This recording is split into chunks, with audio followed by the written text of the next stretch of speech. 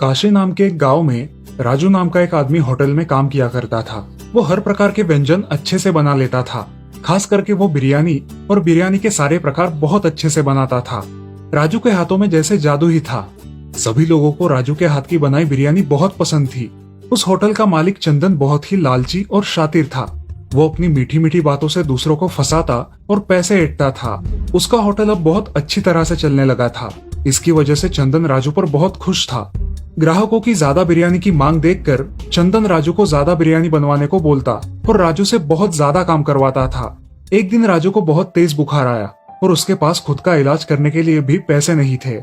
सुनो, तुम होटल जाकर सेठ जी से कुछ पैसे मांग कर लाओ, बाद में वो मेरी तनख्वाह से काट लेंगे। ठीक है। नमस्ते सेठ जी, मेरी पति की तबीयत बहुत खराब है।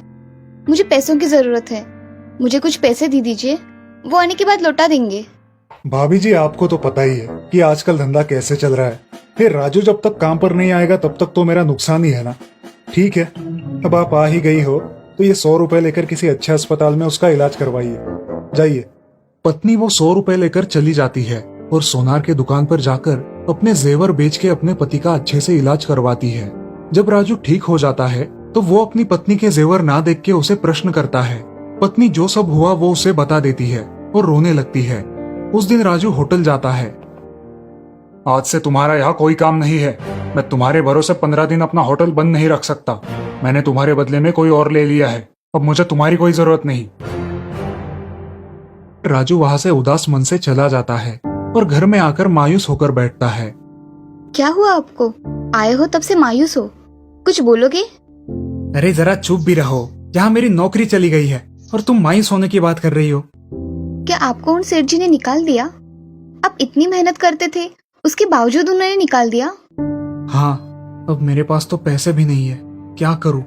और यहाँ पर जल्दी नौकरी भी नहीं मिलेगी। मेरे मन में एक अच्छी कल्पना आई है। अगर हम बिरयानी बनाकर बेचेंगे तो हमारी बिरयानी सबको पसंद आएगी और आपको नौकरी करने की भी चिंता नहीं होगी।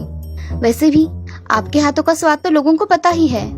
सब बातें सही है भाग्यवान, लेकिन पैसे कहाँ से लाएंगे? पत्नी ने अपने बचाए हुए पैसे निकाले और राजू से बोली, ये लीजिए, अब तो कोई चिंता नहीं है ना, इससे हमारा काम हो जाएगा। पत्नी की ये कल्पना राजू को पसंद आती है। वो एक ठेला किराए पर लेता है और पहले दिन एक बर्तन भर के बिरयानी बनाता है। बाजार में एक जगह ठेला लगाकर वो बिरयानी बेचने बैठता है।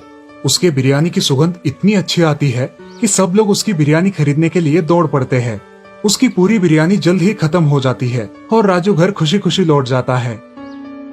अगले दिन से राजू थोड़ी ज्यादा बिरयानी बनाता है और अपनी बिरयानी बेच के धीरे धीरे उसे अच्छे दाम भी मिलने लगते हैं। कुछ दिनों बाद वो अपना खुद का ठेला खरीद लेता है। देखते ही देखते राजू का बिजनेस बहुत अच्छी तरह से चलने लगता है।